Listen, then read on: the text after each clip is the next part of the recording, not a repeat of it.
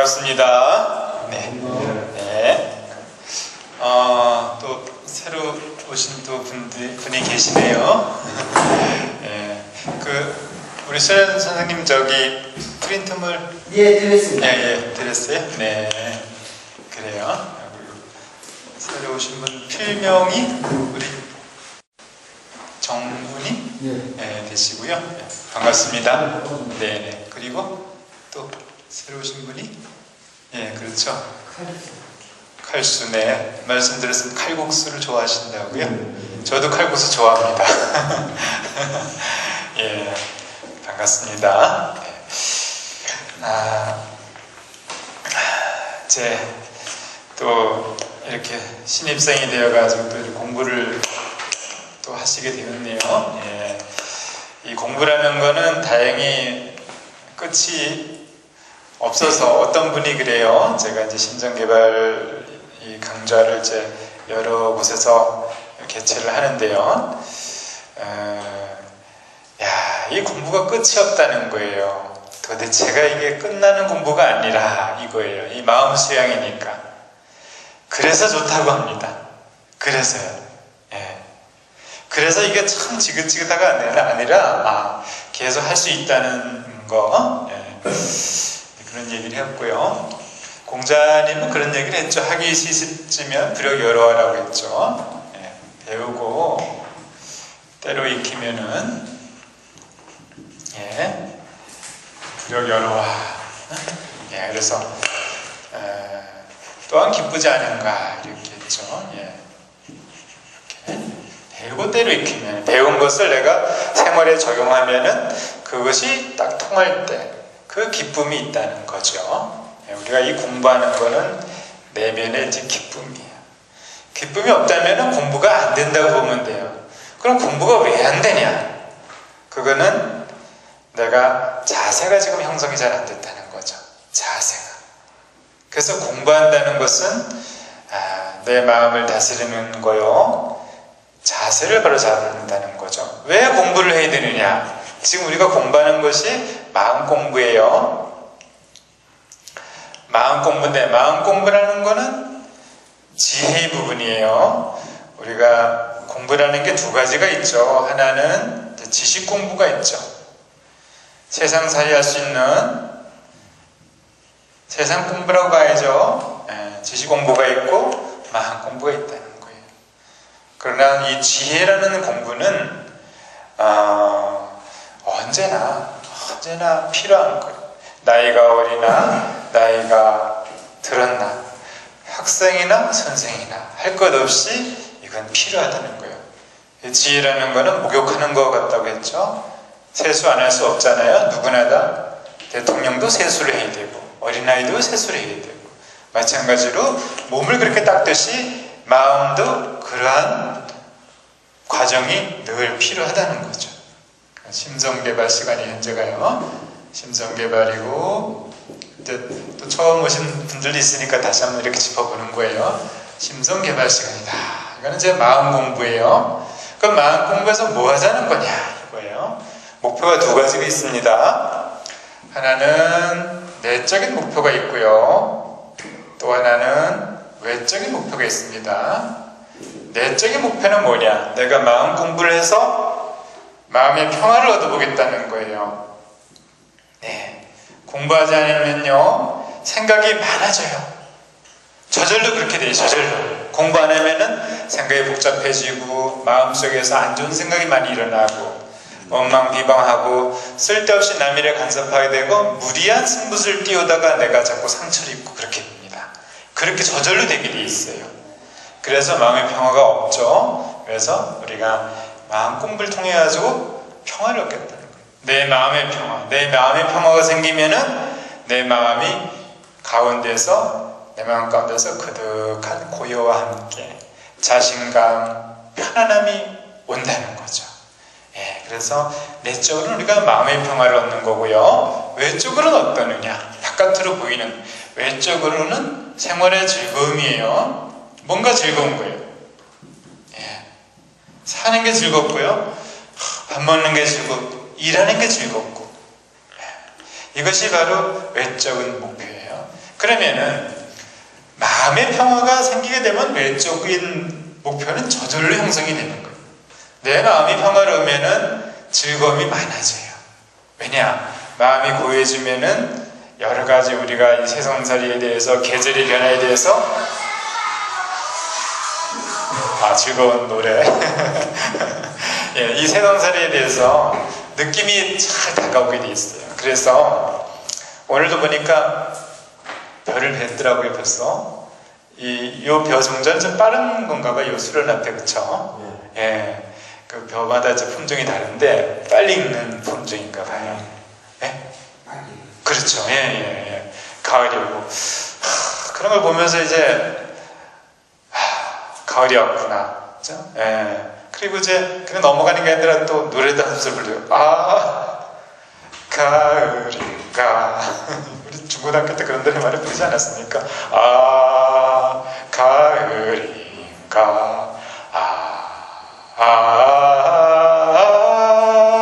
가을인가 봐. 이러면서 말입니다. 가을이 왔는데 이제 그냥 뭐 노래 한 소절 불러가면서 말이에요. 이렇게 즐기는 여유가 이제 생긴다는 거죠. 그런데 마음이 번잡하고 고민이 많고 어디에 생각이 맺힌 게 있다면은 가을이 와도 노랫소리가 안 나와요. 너무 심각한 거예요. 가을이 오면은 벌써 불안해져요. 또 1년이 지나가는구나 하면서 즐기지 못하고 마음의 평화라는 게 중요한 부분이에요. 그래서 이거를 얻기 위해서 우리가 신성개발 공부를 하는 겁니다. 이게 마음 공부예요. 그럼 마음 공부를 하자는데 마음이 뭐냐 이거예요. 도대체 마음이 뭐냐? 마음을 알아야지 마음 공부를 하든지 말든지 그럴 거 아닙니까? 자, 마음이라는 거는요, 제가 수십 번 말씀을 드렸지만은 마음이라는 거는 어떻게 되어 있냐? 겉에 있는 마음이 있고요, 겉마음이 있고 속마음이 있어요. 이거를 칠정이라고 합니다. 요거는 이제 7가지 감정, 속마음은 본성이라고 얘기해요. 그래서 칠정은 겉마음 모양인데 요거는 생각과 감정으로 되어 있는 거예요. 이것이 마음이라는 거죠. 생각하는 거. 그 다음에 화내고 기쁘고 즐겁고 뭐 이런 거요. 슬프고. 감정. 칠정이죠. 희노애 구애오요. 희노애락애오요. 희노우사비공경. 이렇게 얘기하는데 우리 한방에서는 이제 희노우사비공경이라 해가지고 이 생각을 중시합니다. 생각. 그래서 생각 플러스 감정이다. 이렇게 보고요. 속에 있는 진짜 마음이 있어요. 큰 마음. 요거는 이성 플러스 믿음이다. 이렇게 보는 거예요. 그럼 이성 플러스 믿음이란 건 이건 인의예지예요. 인의예지라는 마음. 믿음은 신이죠. 자, 그렇게 본다면은요. 자, 마음을 다스린다는 건 나만의 생각에 빠져서 감정적인 사람이 되는 것이 아니라 나만의 생각에서 벗어나서 생각을 확장하는 거예요. 다양하게. 생각을 유연하게 한다는 거죠. 그래서 큰 마음으로 살아가는 거예요. 그러면 생각을 유연하게 한다는 게 과연 뭐냐? 우리가 이걸 배우는 거예요. 생각을 어떻게 유연하게 하면 살 것인가? 이것이 이제 우리 공부의 핵심이에요. 환경을 바꾸고 이런 게 아니에요. 내 생각을 어떻게 유연하게 할 것인가? 거기에 따라 가지고 마음의 평화가 오느냐 안 오느냐 결정되는 거예요. 자, 그럼 예를 들어서 한번 이렇게 보는 거예요. 왜 우리가 생각을 중시하고 생각을 확장시켜야 되고 생각을 유연하게 가져야 되느냐? 왜 그러느냐? 아니 현실적인 문제도 많은데 내가 지금 새끼들도 버려먹여 살려야 되고 내가 부채도 해결해야 되고 또 직업도 좋은 직업을 가져야 되고 돈도 벌어야 되고 여러 가지가 있잖아요. 명예도 좀 얻어야 되고 인간관계도 좀 개선을 해야 되고 여러 가지가 있는데 아니 왜 생각을 얘기하냐 이거예요. 그런 현실적인 것이 중요한 거 아니냐? 근데 내 생각을 넓히라는 이야기가 과연 맞느냐? 그러나 내 생각을 넓히는 것이 우선이라는 거예요. 그것이 정말 중요하다는 거예요. 왜 그러느냐? 그 점을 한번 말씀드려 보겠습니다. 왜 생각이 중요하느냐? 자, 한번 이렇게 한번 보자고요. 자, 우리가 이제 언젠가 태어났잖아요. 각자 이제 생년월일이 다 다르시겠지만은 태어나서 보니까 우리가 이 지구라는 곳에서 살고 있고요. 뭐 옛날 사람들은 조선시대만 하더라도 이 땅이 천원지방이다 했어요. 땅은 네모나고 한없이 평평한 곳이고 하늘은 둥글다. 예, 이런 우주관 속에서 살았어요. 이 땅이 무한히 그냥 넓고 그 끝에는 뭐 바다가 뭐 끝없이 떨어지는 뭐 있겠다 뭐 이런 식으로 생각하고 살았던 거죠. 예.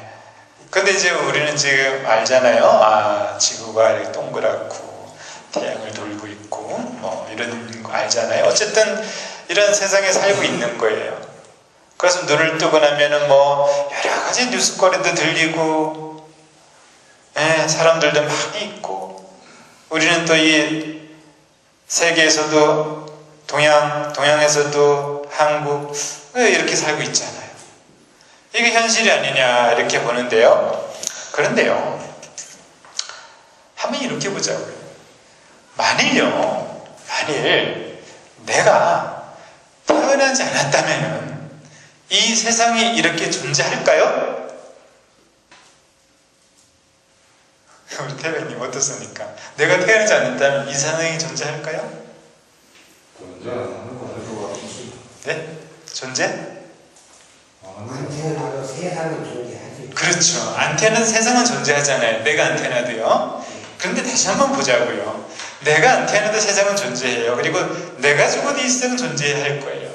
그런데 다시 한번 볼게요. 맞습니다. 근데 내가 태어나지 않는데 세상이 존재한다면은 그 세상은 나와 상관이 있는 거예요? 없는 거예요?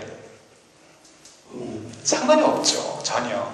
내가 느끼지도 못하고 만지지도 못하고 그 세상에 있는지 없는지도 모른단 말이에요. 이 세상이. 우리가 만일 태어나지 않았다면, 그렇죠? 이런 세상이 있는지도 모르는 거예요. 알고 모르는 것 자체도 모른다는 거죠. 우리가 태어났기 때문에 이 세상이 존재한다는 거예요. 존재한다 하더라도 내가 없다면 의미가 없다는 거예요. 그러면은 다시 한번 생각을 해보자는 거죠. 다시 한번 생각을 해본다면은 내가 만일 없다면은 이 세상이 존재하도 그거는 세상도 없다. 그렇죠. 예. 세상이 없는 것 같은 거죠. 그렇죠? 없는 것 같은 거예요. 내가 전혀 모른단 말이에요. 만약에 내가요 사람이 돌이라고 봅시다. 내가 돌로 태어났다고 봐요. 그럼 이 세상이 뭐 인식을 하겠습니까? 그렇죠? 그러니까 이 어마어마한 세상이 존재하고 지구를 감싸고 있는 태양계, 은하수, 그 다음에 뭐 또 다른 은하계들, 이런 게 아무리 넓게 있든 내가 없는데, 내가 인식하지 못하는데 무슨 소용이 있겠냐 이거예요. 그렇죠?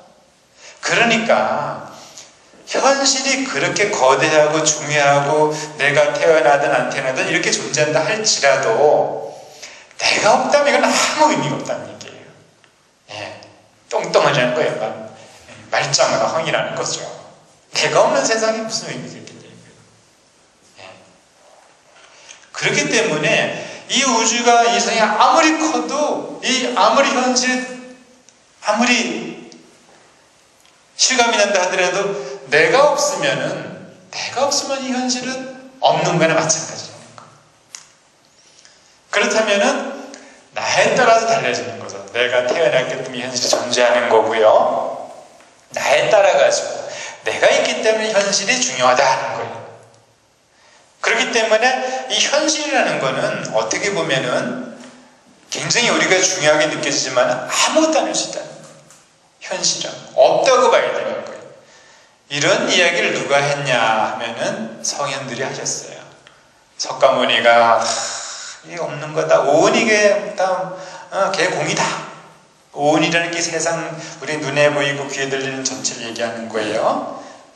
그게 다 공하다. 없다. 무다. 노자도 얘기하셨고 성현들은 다 그렇게 얘기했어요. 없다는 거예요. 동의보감에도 그런 얘기 나옵니다. 세간만사는 계시공허라. 세간에 있는 모든 일들이 다 공허하고 내가 중시하는 모든 일들은 다 망상이라 얘기했어요. 내 몸은 헛개비요 죽고 사는 것은 하나의 꿈과 같다. 재앙과 복이라는 것은 원래부터 있는 게 아니다. 이거. 예. 그래서 현실이라는 것이 그렇게 대단하게 보여도 내가 없다면 아무것도 아니다. 그러면 내가 누구냐 이거예요. 내가 뭔가 마음을 이루어졌죠. 그런데 근본은 마음이고 마음은 생각 플러스 감정이다. 내가 중요하고 내가 중요하다면 내 생각이 중요한 거죠. 그러면 내 생각이 중요하면 내 생각에 따라서 현실은 얼마든지 변할 수 있는 거예요. 이것이 바로 이제 뭐냐면은 이제 동양에 있는 우리 한의학적인 음양 사상이고요. 아인슈타인이 얘기한 상대성 이론이에요. 상대에 따라서 다르다는 거예요. 절대적으로 어떤 사람이 착하다 선할 수가 없는 거예요. 절대적인 악인도 말이에요. 자기 새끼를 보거나 자기 사람에게는 사랑을 베푼다는 얘기예요. 내 새끼와 내가 아는 친구들에게는 온갖 사랑을 베풀어도 다른 사람에게는 악행을 범할 수 있다는 거예요. 절대적으로 누가 악하다, 저 사람은 절대로 선하다 이런 게 존재하지 않는 거예요. 상대적인 게 있다는 거예요. 그래서 내가 내 마누라가 지겨워가지고 버렸더니 딴 놈이 너무 잘 데리고 살아요. 내 마누라 너무 좋다. 그럴 수 있는 거예요.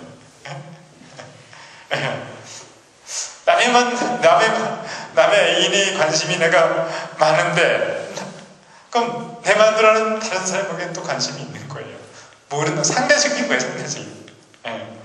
우리가 보면은 한번 보세요. 우리 그 2002년도에 히딩크 감독이 이 카리스마 엄청나잖아요. 그렇죠? 그리고 히딩크 감독은 축구에 대한 기술도 잘하지만은 말을 또 멋지게 하잖아요. 그렇죠?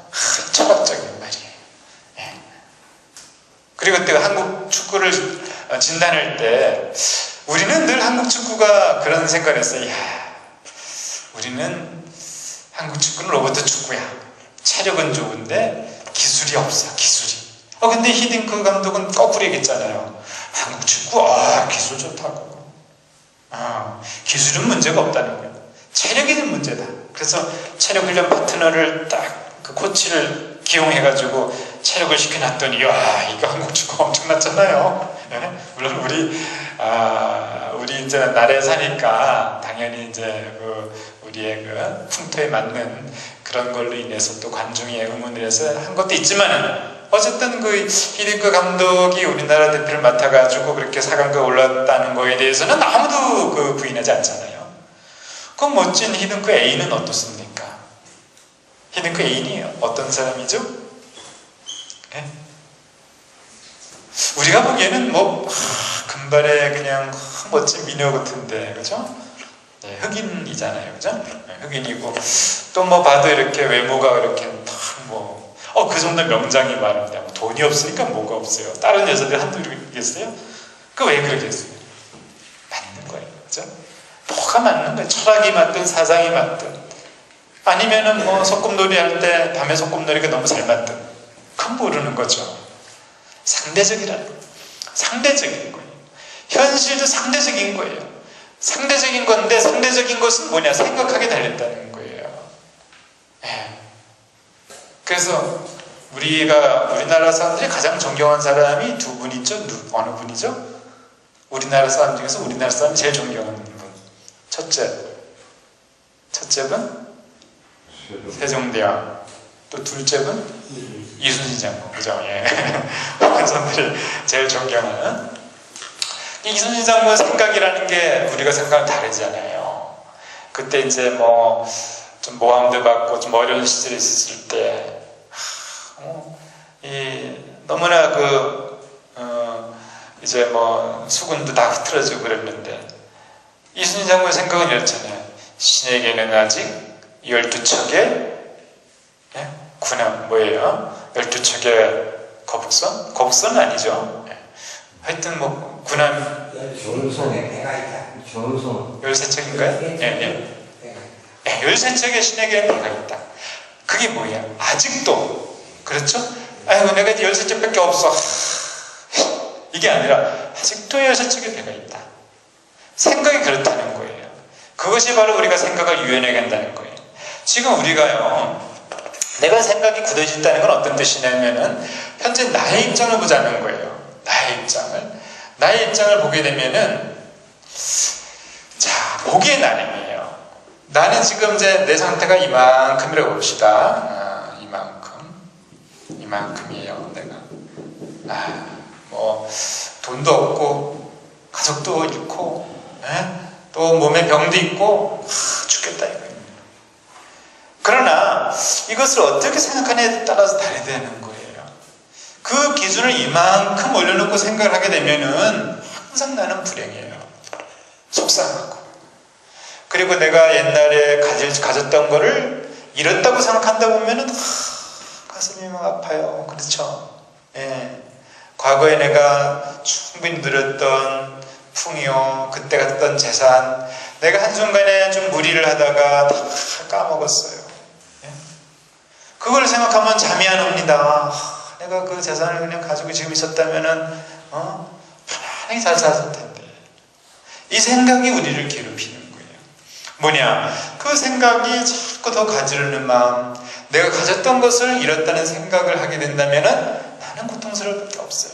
내 생각이 어떻게 돌아가는가를 한번 지켜볼 필요성이 있다는 거죠. 그런데 그렇게 생각할 수 있지만 이렇게 생각할 수도 있잖아요. 아직 나에겐 열세척의 배가 있다.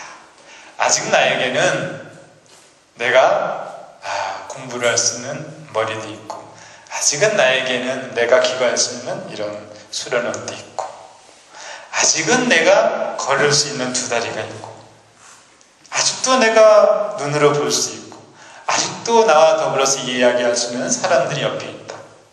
아직도 나를 보살펴주고 나를 응원해주는 여러 가지 도움을 주는 사람들이 있다. 이러면 또 달라지잖아요. 그렇죠? 우리는 어떤 생각을 가져야 되냐 이거죠. 만약에 공부를 한다면은 우리는 기준치가 낮아지게 돼 있어요. 기대치. 내가 바라는 기대치가 내가 너무 높아요. 너무 높아서 도대체가 내가 충족이 안 되는 거예요. 그러면서 나는 생각하기를 현실이 나를 힘들게 한다고 생각하죠. 이 현실이 나를 압박한다고 얘기합니다. 아니죠. 내가 기대치가 너무 높은 거예요. 공부를 하게 되면은 그 기대치를 자꾸 내려가는 거예요. 마음을 비운다는 얘기죠. 마음을 비우지 않고서 행복할 수 있는 길은 없습니다. 아예 없어요. 자꾸 비우는 수밖에 없죠. 그런데 내가 이제 마음을 비워야지라고 결심을 합니다. 그러나 그 결심은 의미가 없어요. 결심하는 순간에 뭐가 되는 것지만 아무것도 변하지 않아요. 그냥 결심뿐이에요. 내가 이제 똑바로 살아야 되겠다. 그 결심이 반드시 공부와 연결이 되지만이 그 결심이 이제는 내가 마음의 평을 얻을 수 있는 불씨가 되는 거예요. 결심은 중요한 겁니다. 중요한 거예요. 그게 초발심이죠. 초발심인데 처음 일으킨 마음이죠. 초발심, 처음 일으킨 마음. 저도 결심을 늘 합니다. 사실 오늘도 저 또 결심해요. 저는 매일 결심을 해봅니다. 참 이렇게 우리가 반성하지 않고 돌아보지 않으면 내가 결심할 것도 없고요. 내가 너무나 잘 살고 있다고 생각이 듭니다. 그런데 왜 마음은 또 이렇게 괴롭냐 이거죠. 내가 결심을 하는 거는 이렇게 보는 거예요. 자, 시점을요, 과거로부터 볼 필요성이 없어요. 과거에 내가 뭐 어려웠던 일이 있고 상처받던 일, 그게 무슨 소용이 있냐 이거죠. 오늘 이 순간 내가 결심하는 거예요. 오늘 이 순간 과거를 지워버리는 거예요. 오늘 내가 새로 태어났다고 보는 거예요. 공부하는 사람은요, 그 마음이 중요해요. 아까 제가 공부할 때 그 자세가 중요하다고 했는데요. 자세가 그렇게 사는 거예요. 공부할 때 우리가 자세가 잘 안 잡히잖아요. 자세를 잡으라 하는데 겸허하게 하라 뭐 이런 거는 알겠는데 도대체 자세를 어떻게 잡냐 이거예요. 간단한 거예요. 자세를 이렇게 잡으면 돼요. 내가 오늘 태어난더라. 예. 내가 태어난더라. 과거를 다 버리는 거예요. 그러면 내가 이 시점에서 생각해보면은 내가 태어났는데 어이구 이거 옷도 입네요. 원래 깐난 나이로 태어났을 때는 아무것도 없고 짬지만 고추하고 그런 것만 달려있고 아무것도 없는데 지금 내가 태어났는데도 옷은 별도 걸쳐 있잖아요. 예. 그러면 이 벌써 순이익이잖아요. 이득 있잖아요. 그런 시점에서 내가 나를 바라보는 거거든요. 아, 내가 오늘 다시 태어났다. 다시 시작한다. 다시 시작한다. 자, 다시 시작하는데 그러면은 내가 또 옛날처럼 나쁜 습관을 가지고 갈 수는 없잖아요. 그렇겠죠? 나쁜 습관을 가지고 또 가면은 태어나도 그 모양 아닙니까? 그러니까 내가 다시 태어난 거야. 설정을 그렇게 하고 내가 이제는 나쁜 습관은 하지 않는 거예요. 무엇이 나쁜 습관입니까? 어떤 게 나쁜 습관일까요? 어떤 게요? 제가 이제 저를 봤을 때, 또 제가 이제 성인의 말씀을 공부했을 때, 나쁜 습관이라는 거는 그렇게 많지가 않아요. 지금 우리가 얘기하는 것처럼 뭐냐? 더 바라는 거예요, 더 바라는 거. 내 분수보다 더 바라는 마음이 나쁜 습관이에요. 내 위치를 넘어가는 게 나쁜 습관이란 말이에요. 내 삶을 내가 열심히 살지 않고 남의 삶에 개입하는 것이 나쁜 습관이라는 거예요. 예. 자, 이제 우리 그 율곡 선생님이 그런 말씀을 하셨죠. 누가 나를 비방하거들렁 내가 정말 잘못했나 나를 돌이켜서 그 잘못이 있으면 반성해서 고치고 내가 잘못한 것이 없는데 누가 나를 비방하는데 내가 비방받을 만한 단서를 가지고 있다면 그 역시 단서까지도 내가 고쳐라. 단서가 있다는 건 이런 거죠. 나쁜 일을 한 그 친구와 내가 같이 있었다. 이래도 내가 무언을 받을 수 있잖아요. 그래도 내가 그걸 고치라는 거예요. 내가 잘못은 안 했지만은 그런 친구와 내가 논의했다는 것은 내가 반성하라는 거죠. 그런데 그런 단서도 없고 또 내가 나쁜 짓도 안 했는데 누가 나를 비방하거들라 저 구름이 허공을 가르는 것으로 여겨라. 흘려버려라. 구했어요. 그런데 그런 걸 그렇지 않고 누가 나를 조금 더 비방하라 그러면 가서 멱살 잡고 싸우고 나를 항변하고 그럴 필요가 없다는 거죠. 그게 나쁜 습관이에요. 왜 그런 일이 일어나느냐? 왜 성인의 말씀에 그런 것들을 강조하느냐? 만약에요, 내가 다른 사람들로부터 그런 영향을 받고 내가 거기에서 화가 나거나 내 감정이 폭발하거나 그렇다면은 반드시 내가 반성해야 할 점이에요. 왜냐? 분명히 내가 내 생활을 성실하게 안 한다는 증거예요. 그게 내가 내 마음의 평안을 닦고 내가 내 생활을 알차고 성실하게 한다면은 남의 허물을 볼 시간이 없다는 거예요. 남의 허물을 보면서 다툴 시간이 없다는 거예요. 시간이. 그래서 그런 게 나쁜 습관이에요. 더 바라는 마음, 남의 일에 간섭하는 거. 이제 그런 거를 우리가 이제 끊어냈을 때 이제 마음의 평화가 온다는 거죠.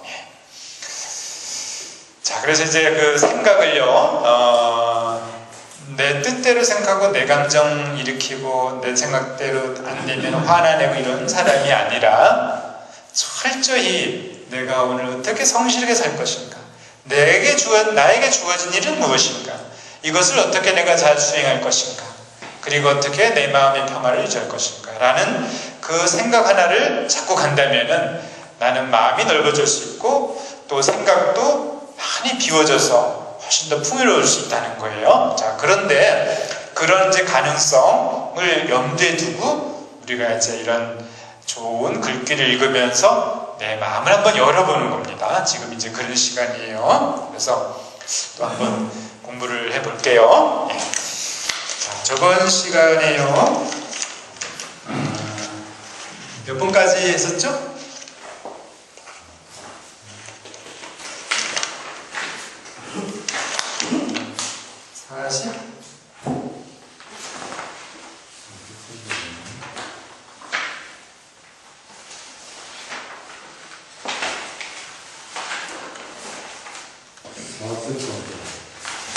40번이요? 40번 할 차례인가요? 아이가 40, 41번. 44번이 거기까지 넘어갔지. 80번. 아, 43번까지는? 42번까지 42번까지 했던 거예요? 네.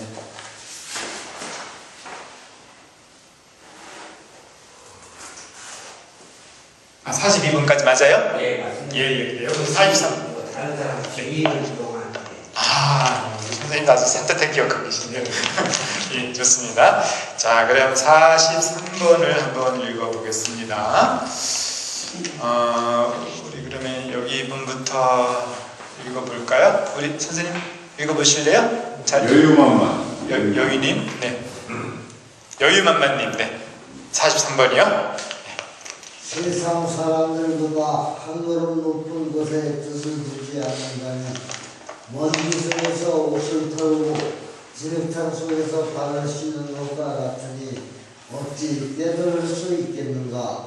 세상 세계에서는 한 걸음 물러나 뒤쳐져서 살아가지 않는다면 물라방이 촛불에 날아들고 순양이 울타리를 들이받다가 뿔이 울타리에 걸리는 것과 같으니 어찌 편안할 수 있겠는가. 네, 좋습니다. 네. 그래요. 세상 사람들보다 한 걸음 높은 곳에 뜻을 두지 않는다면은 먼지 속에서 옷을 털고 진흙탕 속에서 발을 씻는 것 같으니 어찌 깨달을 수 있겠는가 라고 했어요. 한 걸음 높은 곳에 뜻을 둔다는 거죠.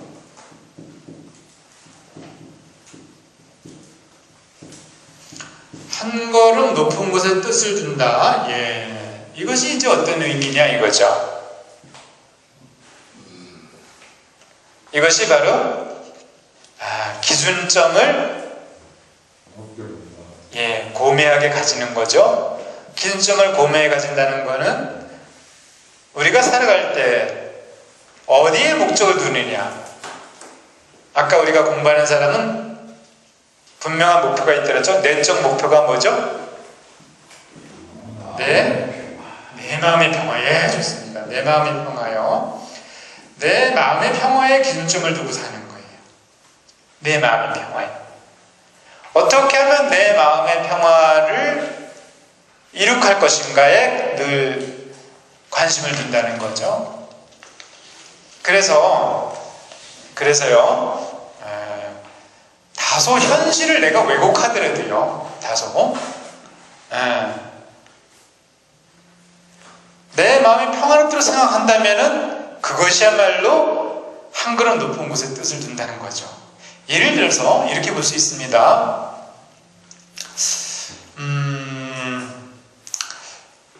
저는 이제 제가 강남에 있지만은 가끔 지하철 타고 그러는데 지하철 탈 때 보면은요,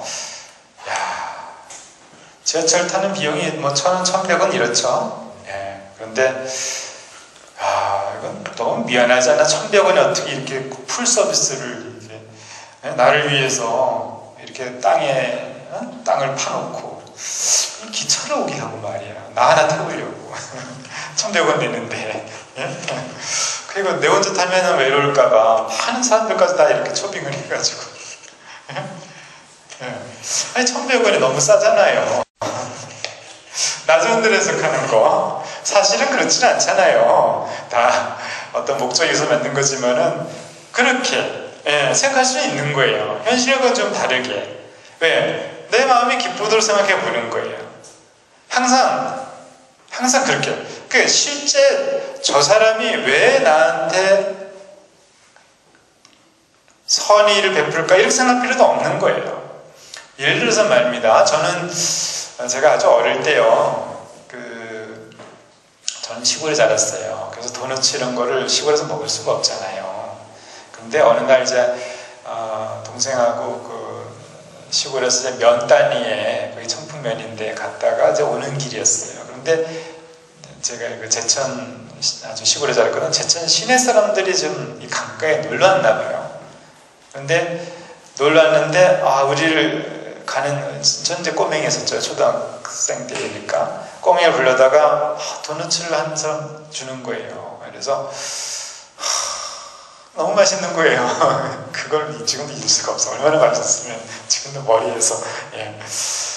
그런데 어떻게 보면은 이제 그분들이 그냥 순수하게 줄 수도 있지만 도넛을 많이 싸왔는데 먹다가 버리기 아깝고 그래서 줄 수도 있잖아요. 그렇죠?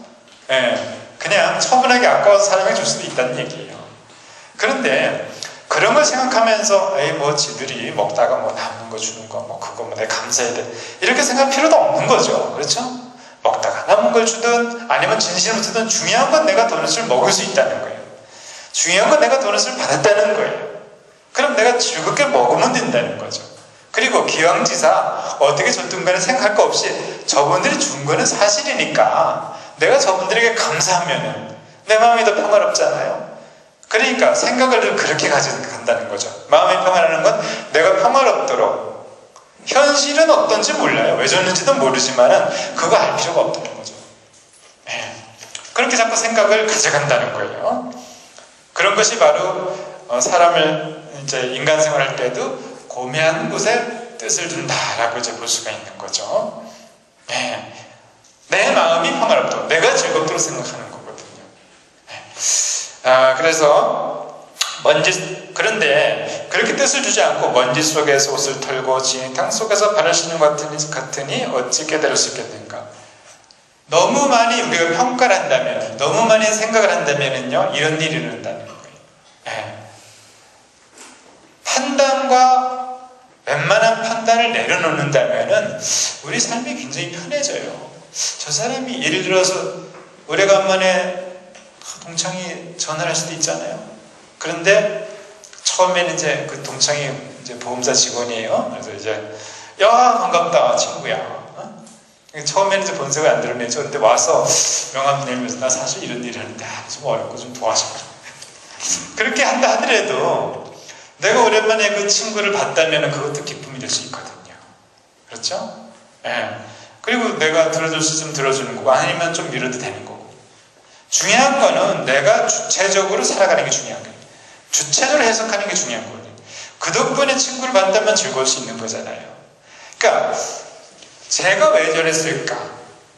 이런 판단을 했을 때 우리는 삶이 어려워지기 쉬워요. 상대를 판단하지 않는 삶. 예. 이럴 때 내가 내 삶을 주관해 갈 수 있는 거거든요. 아예 생각을 안 하는 거예요. 그러니까 어쩌면 좀 바보 같을 수도 있죠. 그렇게 판단 안 하고 산다면은. 근데 철저하게 우리가 그렇게 간다는 거죠. 중요한 건 나다.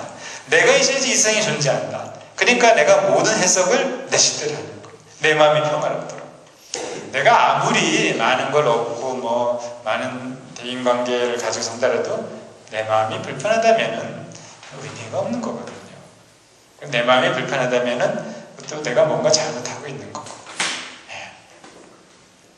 제가 이제 환자분들을 진료하면서 보면은 그런 얘기를 많이 합니다. 자꾸 사람들이 나를 무시한대요.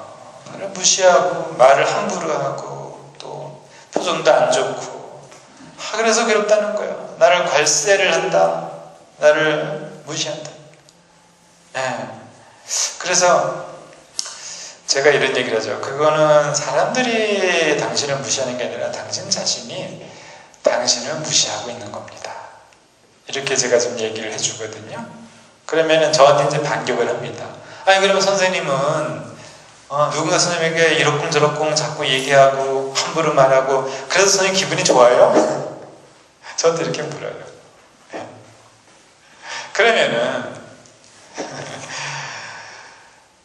자, 내가요 다른 사람이 무시하는 게 느껴진다는 거는요 내가 열심히 안 산다는 증거예요.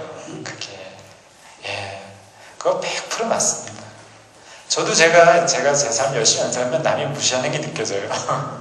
와이프가 나를 무시하는 거 없고 애들이 나를 무시하는 거 없고 뭐 그렇거든요. 내 삶을 안 사는 거예요. 성실하게 내가 오늘 어떻게 살 것인가, 내가 해야 할 일은 무엇인가, 그거를 완수하고 그 다음에 내가 또 발전적인 늘 도전적이고 발전적인 일을 가지고 있다면 그거 일하기 바쁘거든요. 정말 바빠요. 내가 나를 수양하겠다, 마음의 평화를 얻겠다, 내가 자립을 하겠다, 그런 생각을 딱 하고 있으면은요 잡생각이 안 됩니다. 설령 남이 무시를 해도 무시받음이 느껴지지가 않아요. 그리고 그게 소리가 안 들려요. 아예. 그 소리가 들린다는 거는 내가 너무 내 인생을 내가 함부로 사는 거죠. 내 인생을 관리를 안 한다는 거예요. 만약에 그래서 누군가 나를 무시해도 괜찮겠느냐, 벌써 그건 생각이 걸린 거예요. 남이 날 무시한다 생각하게 되면 벗어날 길이 없어요. 벌써 속상합니다. 때려주고 싶고, 심지어 어떨 때는 막 더 심하게 하고 싶잖아요. 그러면서 내 생활을 하나도 못하죠. 왜 그러느냐, 내 생활에 분명한 목표를 내가 가지고 있지 않다는 거예요.